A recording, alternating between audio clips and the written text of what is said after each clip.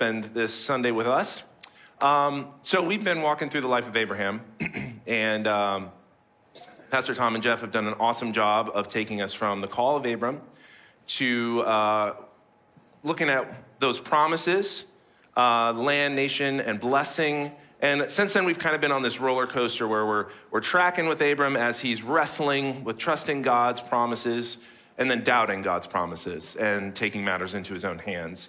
And so there's a couple things I wanted to point out before we really jump into chapter 14 today. And the first thing is that when we look at the life of Abram, we do this all the time throughout all of the Old Testament and other testaments, New Testament as well. We look at the life of people and we sit from a position where we can look at their whole experience. We know the whole story. We know how the story ends. And so for us, it's very easy to look at Abram and say, well, he should have known better. But I think if we can allow ourselves to just relate for just a moment, he's been promised three things, and up to this point in the narrative, he's seen nothing. He was promised land, and he was led to this land, and when he gets there, there's no food. There's a famine. So immediately, he's put in a place where he has to decide, this God, which he is learning to know, can he provide for me? And he doubts that he can. And so, and not to mention there's a ton of evil people living in the land here. So then he's also promised a nation, but his wife isn't even having any kids. So, again, it's, a promise, but how's this even gonna happen? And the third thing is a blessing. And what's interesting is he's supposed to be a blessing to all the nations of the earth, but the only nation we've seen Abram interact with so far is Egypt. And he just takes advantage of them, lies to them, exploits his wife, uses them, steals their resources. So there's no blessings happening there. So at this point, we're 0 for 3. And we're just, from our standpoint, it's easy to say, we know how the story ends. We know how this goes. We know what's going to happen. Just hold on, Abram. But I think very few of us have been in a situation where we've had to wait as long as Abram had to wait to see answers to these prayers, to these promises. So as we step into chapter 14, as I mentioned, it's kind of a roller coaster, and it feels to me like chapter 14 is the first real, good news that we get. But we have to wade through a lot of what I consider to be a little bit of some confusing details. So if you guys are familiar with the story of Abram, chapter 14, there's 2 paragraphs loaded with names of kings and locations that mean relatively little to us, and a lot of information that we're just not really sure what to do with. And then we meet a really mysterious character named Melchizedek, and everybody seems to make a big deal about Melchizedek, and we're like, what's the deal with Melchizedek? He's got 4 verses. We're trying to make sense of this.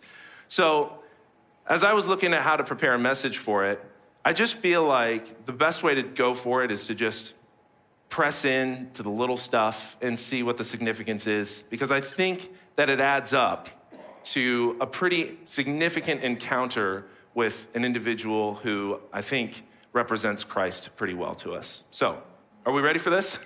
I'll do my best. Keep up with me. Bear with me. I'll put the pieces together at the end, I promise. So, let's start by looking at chapter 13 for just a second. So last week, Pastor Jeff walked us through chapter 13. And I wanted to point out what I think is a sort of recurring pattern I notice in the story of Abraham that kind of runs through the whole story. And that is that Abram and his wife, Sarai at this point, they fluctuate between trusting God, but then they feel themselves being pulled towards doubt and taking matters into their own hands, which is what we saw as they went to Egypt. He lied about his wife, and exploited that and was allowing himself to gain riches through that. But then God always draws them back to himself. And so we see Abram return to the land that God had called him to. And when this happens, God always restates and reaffirms his promises to Abram. I don't know how many times we need to be reminded of God's promises, but if we're anything like Abram, this isn't a one-time thing. And God understands that. And he continues to patiently remind him of his promises. And every time God restates his promises and reaffirms his promises to Abram, Abram responds with an offering of some kind.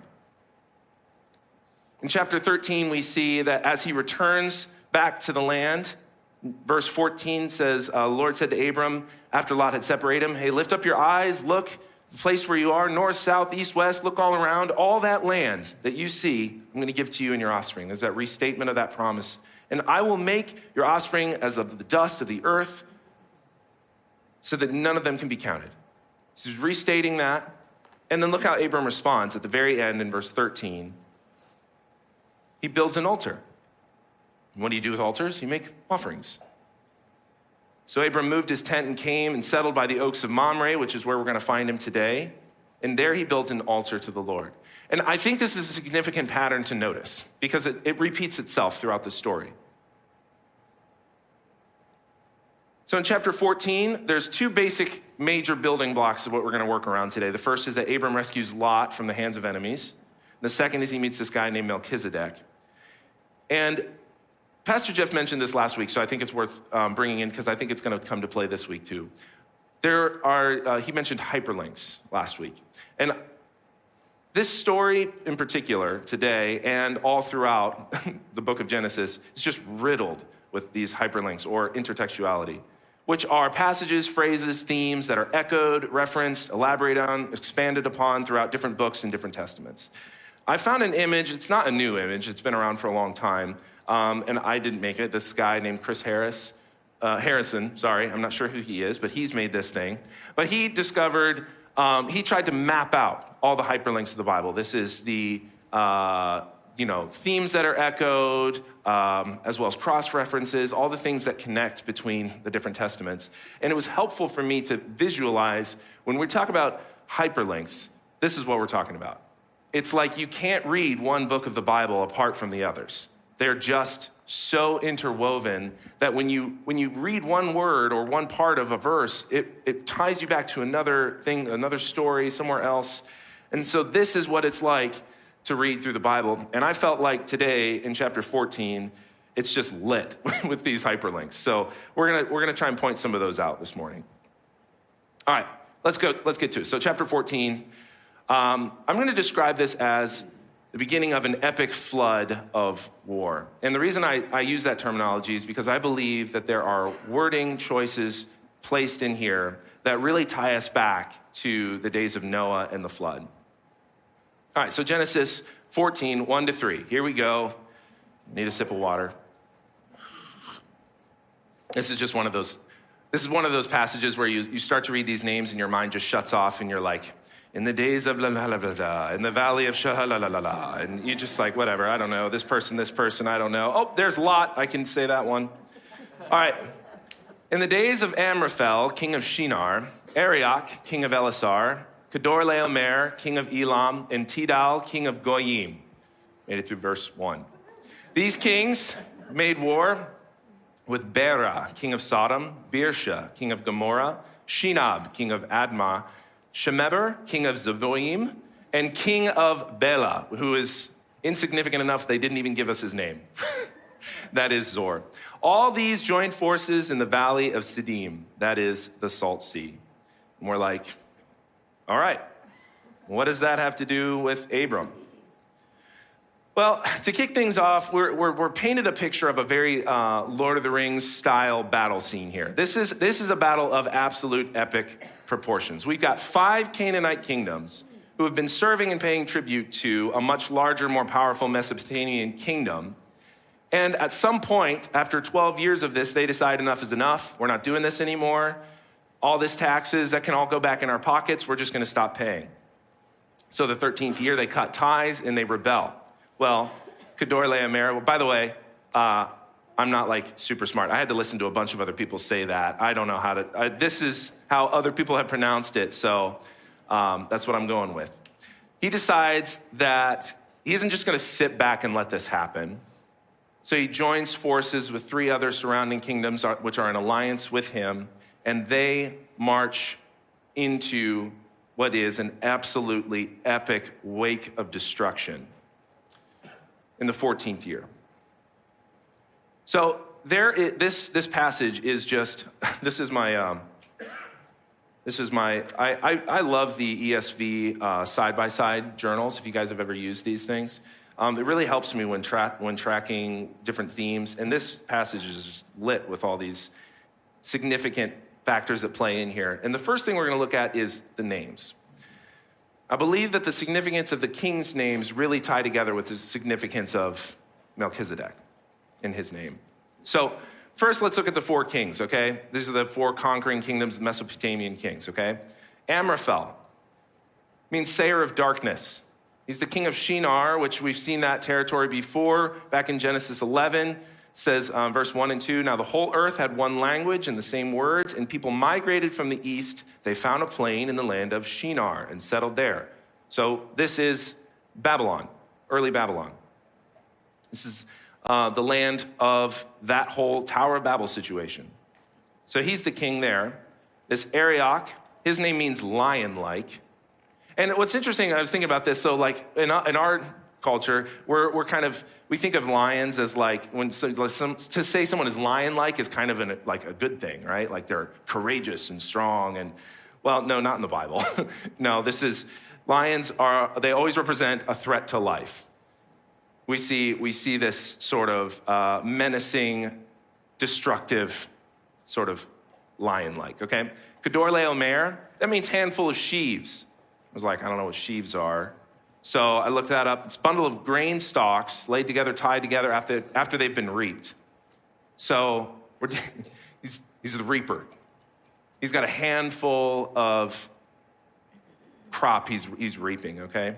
He's the king of Elam, which is the Hebrew word for Persia. So we've got the king of Babylon, king of Persia, and then we've got Tidal, which means great son of fearfulness. So it's like all these guys are just all bad news. All right, let's see who they're going to battle with. 5 kings of Canaan. Bera, he's the son of evil. Beersha, his name means with iniquity. Shinab, this one, different sources say different things. One says like bite of the father, well, that's not good news. The other one says father hater, well, that's definitely not good news. Either way, sounds like a sketchy guy. Shemeber, his name is known for destruction or strength. And then the king of Bela, well, Bela translated means destruction or devour. Why do I tell you all this? Okay. We're being painted a picture here of 9 wicked kingdoms destroying each other. This isn't a good versus evil. This isn't a good guy versus bad guy situation. This is all bad, all wicked, 9 absolute anti-God kingdoms, and they are just destroying each other. I think what we're seeing here is an instance where God is handing men over to the consequences of their lifestyle and their decisions. We were told in chapter 13 that Sodom, the place that Lot went to, was wicked. The men of Sodom were wicked, great sinners against the Lord. This is the first judgment we really see against Sodom. And what I thought was interesting as I was looking through this is how similar this pattern of judgment is to the pattern we will see throughout Israel's history, where God allows wicked men to be used for his purposes of divine judgment. So the question is, well, what happens if you ignore the first judgment? Well, Sodom is not going to change their ways. They make it through this, but they're not going to change. And a second judgment is coming, and it's going to be much, much worse. So in Israel's history, as they march forward, they have preserved record of what happens to a nation when they turn their back on God. They choose to ignore the spankings, the warnings, being handed over to the wickedness of man, being handed over to famine, being handed over to the consequences of their choices. When they ignore those things, they push God to a certain point, the levee breaks, and a second judgment comes. And that's what we're going to see in this story as well. Though not today. You have to wait a couple of chapters for that. Okay, Lot experiences some consequences for his decisions. This is really interesting because Lot's a complicated dude. Like We're not told that he turned his back on Yahweh. We're never told that. But yet it's clear that he chose to surround himself with a nation of wickedness. And, you got to wonder, what was going on there? Maybe he thought, I can handle this. I'm not going to allow it to change me.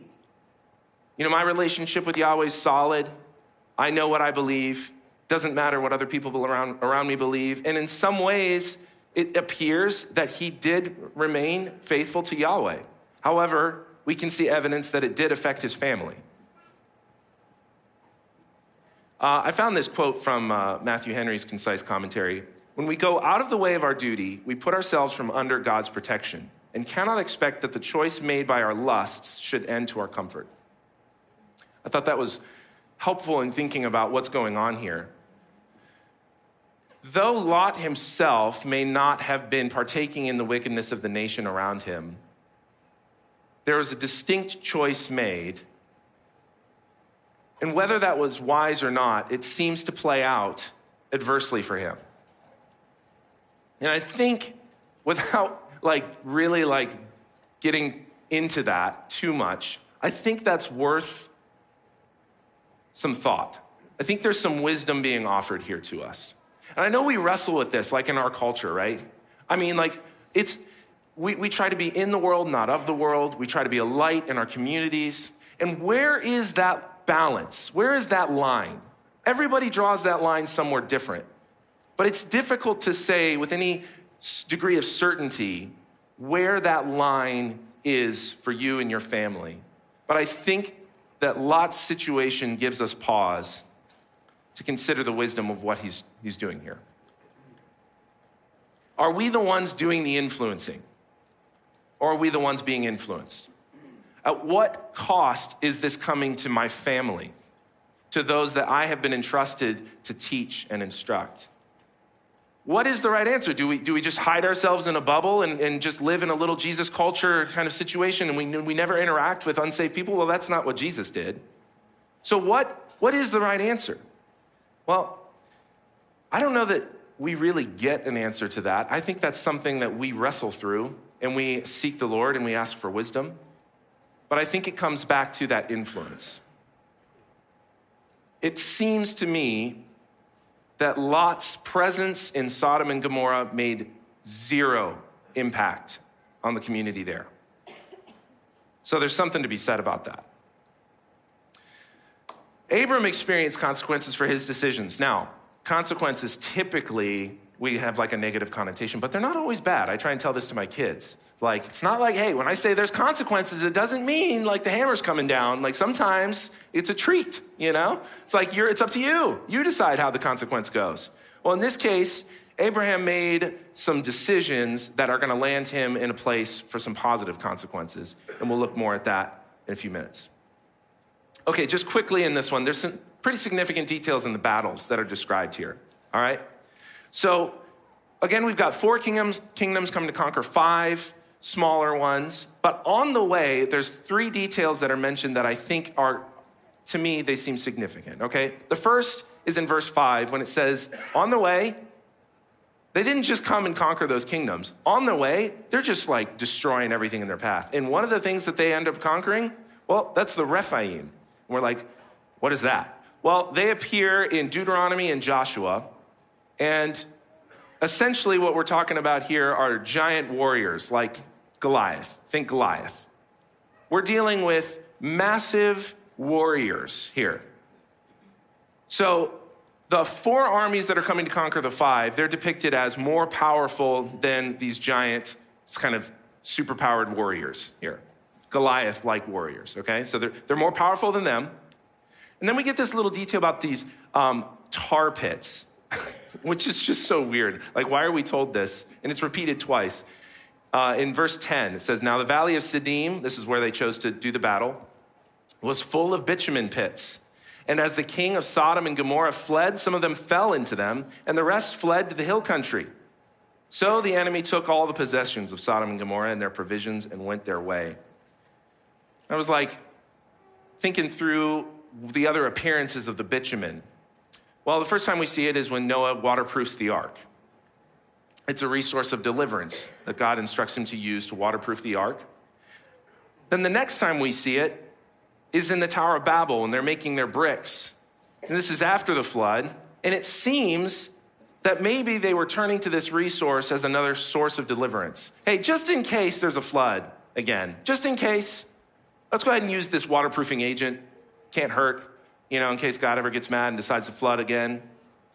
And now here we are, years later, and it seems that the people of Sodom and Gomorrah and the surrounding nations had dug these pits and chosen specifically a home field advantage to do this battle here. They were aware of the pits. The other kings were not. So my guess is they were hoping they would fall in. Here's Gill's exposition of the entire Bible says this. The valley being full of such pits, the kings of Sodom and Gomorrah chose to fight in it and here drew up in a line of battle, hoping the enemy, being ignorant of them, would fall into them and perish, and their ranks be broke and fall into confusion. But as is often the case, the pit men dug and contrived for others, they fall into themselves. So it was in this case. The 4 conquering kingdoms were more powerful than the giants. They overcame the natural obstacles, the natural resources of the land, the strategic plays of the surrounding nations. And then the third thing is that they conquered all these other kingdoms on the way. They just left this massive wave of destruction of the surrounding kings. It's like it's being painted like a flood. It's just rushing through, wreaking havoc on the land. We see this in the Psalms. They're depicted as, soldiers are depicted as a flood. In Psalm 69, 1-2, it says, "Save me, O God, for the waters have come up to my neck. I sink deep in the mire. Where there is no foothold, I have come into deep waters, and the flood sweeps over me. More in number than the hairs of my head are those who hate me." Isaiah 8 says, "Therefore, behold, the Lord is bringing up against them waters of the river, mighty and many, the king of Assyria and all his glory. It will rise over all its channels and go over its banks and sweep over into Judah, overflow and pass on, reaching even to the neck, and its outspread wings will fill the breadth of your land." You see how these armies are sort of depicted as floodwaters, just moving forward and destroying. And I think that's significant because those details are sort of put juxtaposed to where Abraham is. It's meant to paint a contrast between the situation of all the Canaanite kingdoms and where Abraham's at. So let's look at verse 13, find out what Abraham's doing through all this. This is his land, remember? This is the land God promised to him. Then one who escaped came and told Abram, the Hebrew, who was living by the oaks of Mamre, the Amorite, brother of Eshcol and Aner. These were allies of Abram. When Abram heard that his kinsman had been taken captive, he led forth his trained men, born in his house, 318, and went pursuit as far as Dan. So while all of this flood is destroying everything in its path, Abram's just chilling up by the trees with his buddies. It's like there's this deliverance happening up here. There's this untouchable area, and Abram's just completely unscathed by the wake of destruction around him. And you know who else wasn't affected? The Canaanites who were with him, his buddies. Not Hebrews, but locals. Somehow, Abram and his friends are the only ones that seem to be able to live peaceably while the nations around them are all killing each other. I believe that chapter 14 is the mile marker point where we see God beginning to keep his promises. And it's starting with blessing number 3. "I will bless those who bless you, and I will dishonor him and him who dishonors you I will curse. And in you all the families of the earth shall be blessed." Those who join with Abram in a covenant, as these men have, experience God's blessing overflowing from him. That is worth pondering for a bit. God's hand is so on Abram and his family that others experience God just by being around him. That is something. Those who separate themselves from Abram or oppose him experience God's opposition.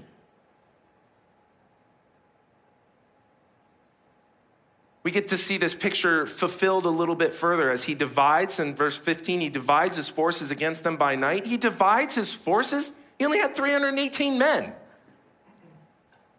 He divides his forces against them, he and his servants, and defeated them, pursued them to Hoban, north of Damascus. Then he brought back all the possessions, and he brought back his kinsman Lot with his possessions, the women, the people. He brought it all back. All right.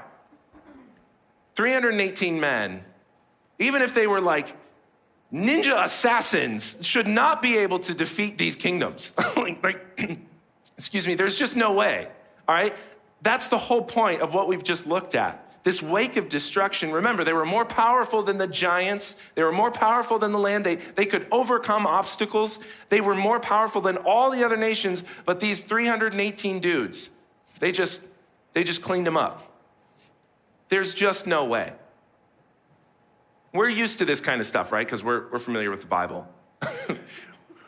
But God really likes to win impossible battles in impossible ways against impossible odds.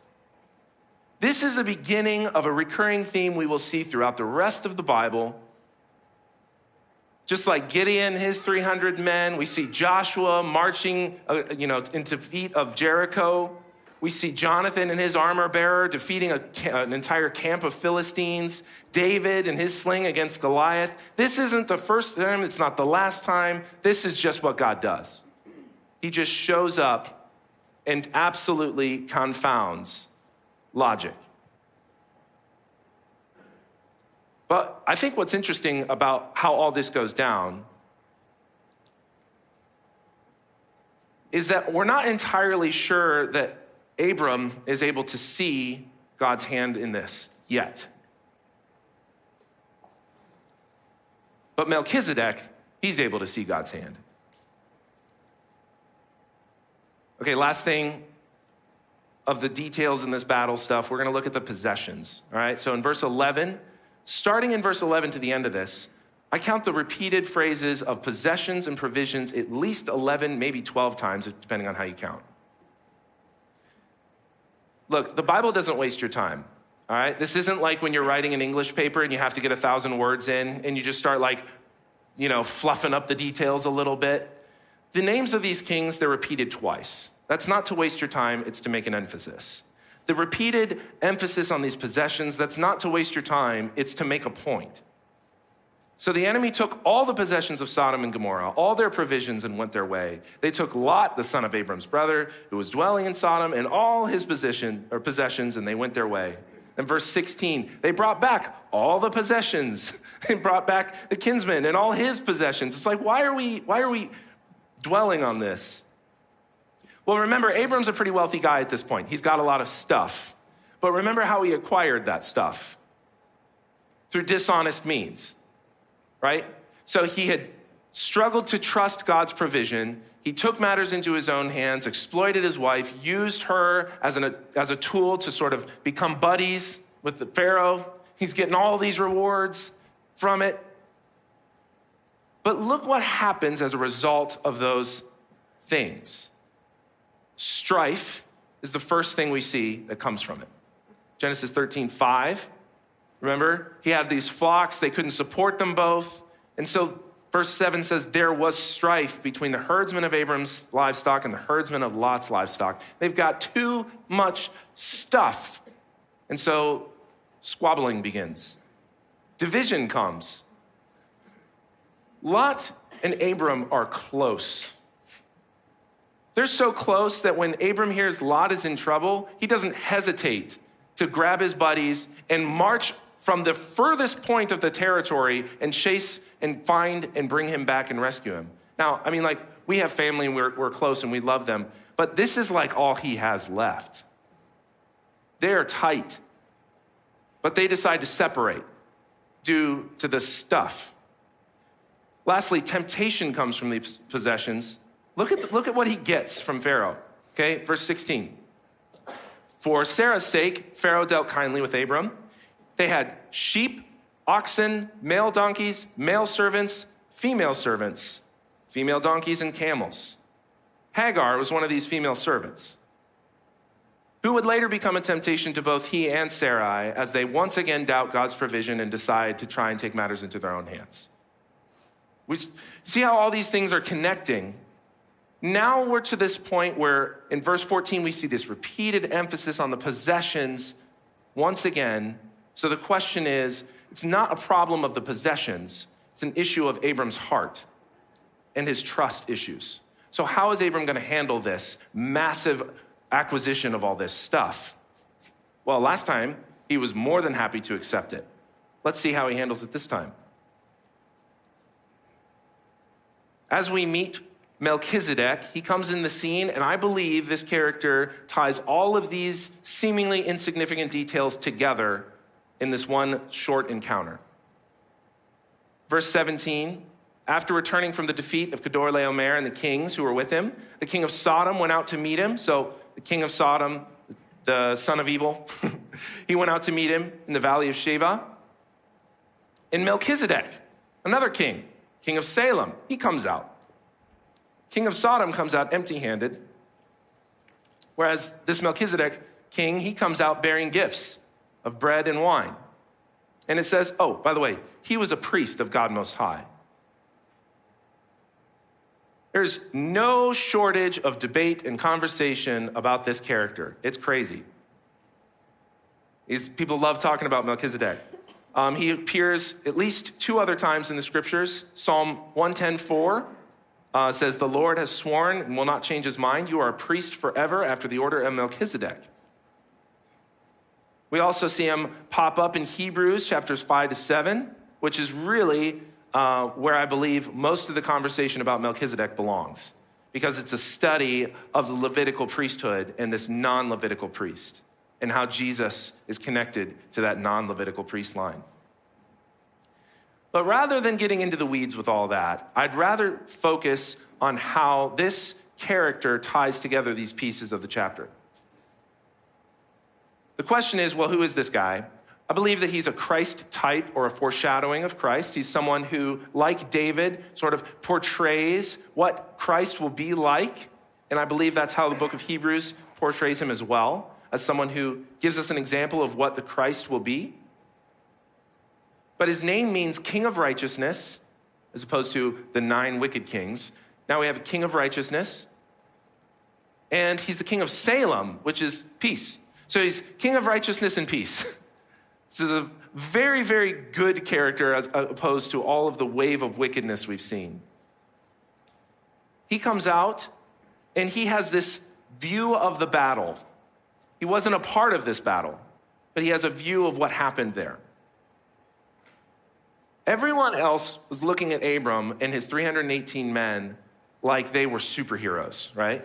You gotta imagine, after this wake of destruction, these 318 guys come back victorious from this battle. King of Sodom, no idea how this happened. But this guy, he's amazing. Well, Melchizedek can see it otherwise. Verse 19 says, he blessed them and said, blessed be Abraham by God Most High, possessor of heaven and earth. There's that possession again. Oh, by the way, all those possessions, God, yeah, that's his stuff. Heaven and earth. And blessed be God Most High, who has delivered your enemies into your hand. I think he's refreshing Abram's mind here. This was God's victory. God did this for you. I think we can relate. Like, we experience times in our life where we've been praying for miracles and we're standing in the midst of answers to prayer and we can't see it. We've all been there. We're unbelievably blind to the workings of God when we are focused on our problems.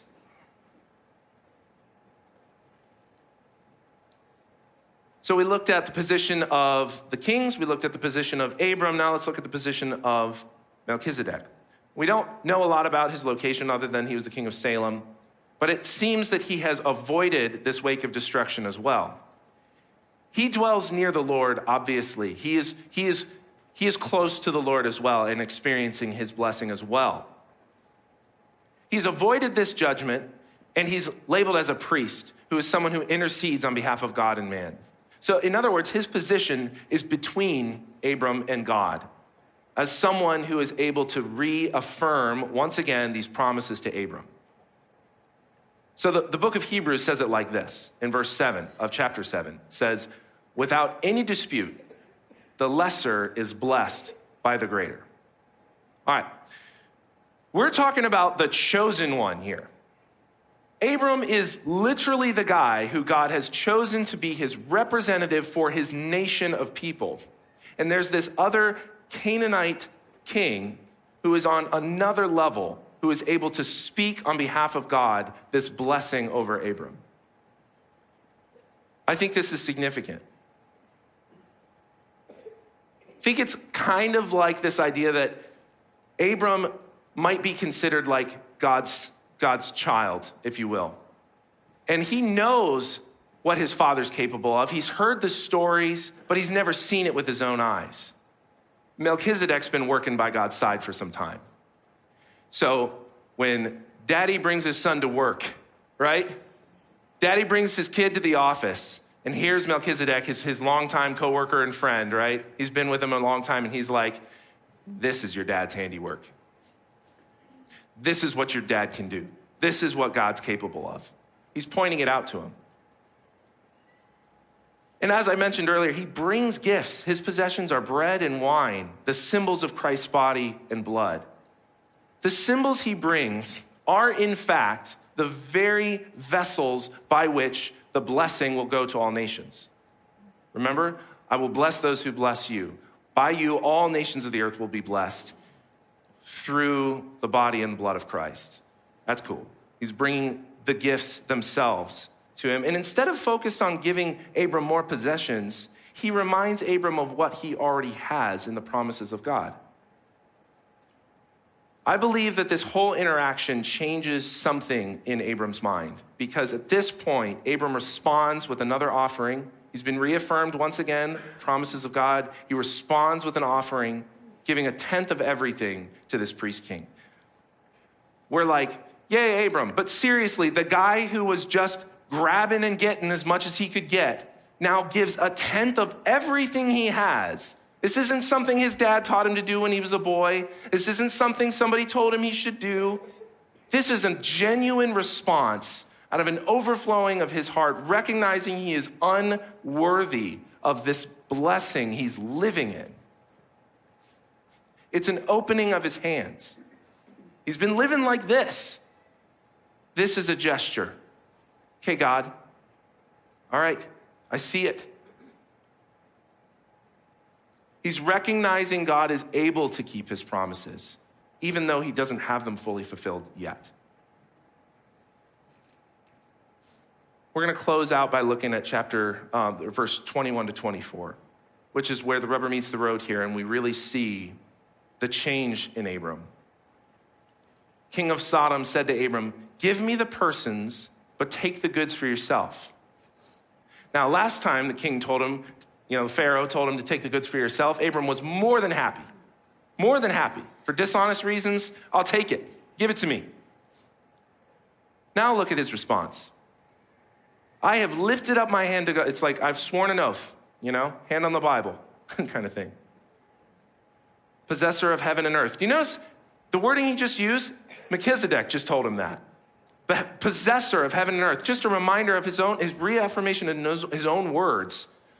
This belongs to him. I would not take a thread or a sandal strap or anything that is yours, lest you should say, I have made Abram rich. That's God's job.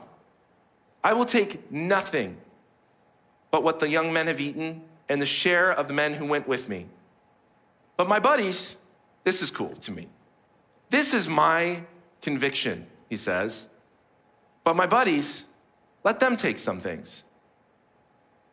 This blessing overflowing to the Canaanite kingdoms around him is so cool to me. I don't know why. It's just, imagine though, for a second, if you would, that these men have no idea, right? Like they weren't called by Yahweh. They don't know the promises. They don't know what's going on. They just met this guy, and he's a good guy. And they're in unifying their lives with him. They are experiencing Yahweh.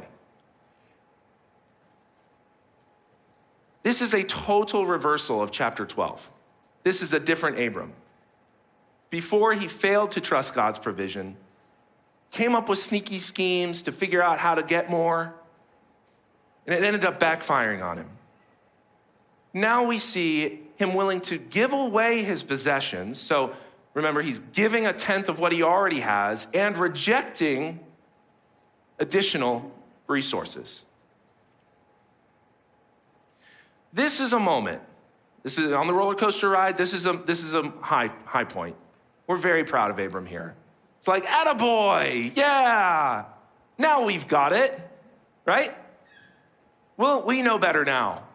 We've got this thing figured out. We know how to trust the Lord. Let's move forward. Let's see how God answers his promises. But Abram is so like us in that we struggle. We go back and forth, right? I'm going to end here, and that I want to end where we started, which is looking at this cycle that he goes through. Because we're going to see him again and again doubt that God can provide, doubt that God will answer his promises.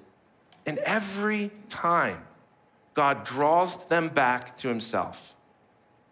What a patient and loving God we serve. He's willing to continue to work with a frustrating individual like myself that continues to doubt his goodness. Maybe you're something like me in that it doesn't matter how many times God has shown up and provided and answered and done the things. In the moment, I just can't get myself to believe that he'll do it this time. That was then. It's different this time. And yet God reaffirms and restates his promises to him. So how should we respond? I believe Abram sets a good example for us. What else can you do when you realize the goodness and the faithfulness of the Father, but respond with an offering? And sometimes that offering may be physical, sometimes that offering may be spiritual in a sense. But what does God want more than anything else? He just wants you. He just wants your heart. He just wants your willingness to trust him. So if we can take anything from this, as we witnessed Abram living life like this and just opening his hands and watching that blessing flow out to others, that's the image I want to hold on to and walk away with thinking, this is the wisdom I want to apply to my life, you know? Make sense?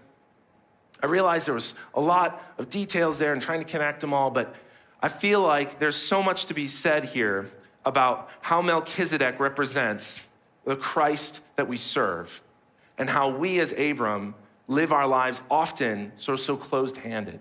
But God wants to bless you, not just with stuff. I'm not saying that. He wants to bless you in ways we can't even imagine. And that blessing is able to overflow to others if we're not living life grabbing it for ourselves, if we allow it to flow.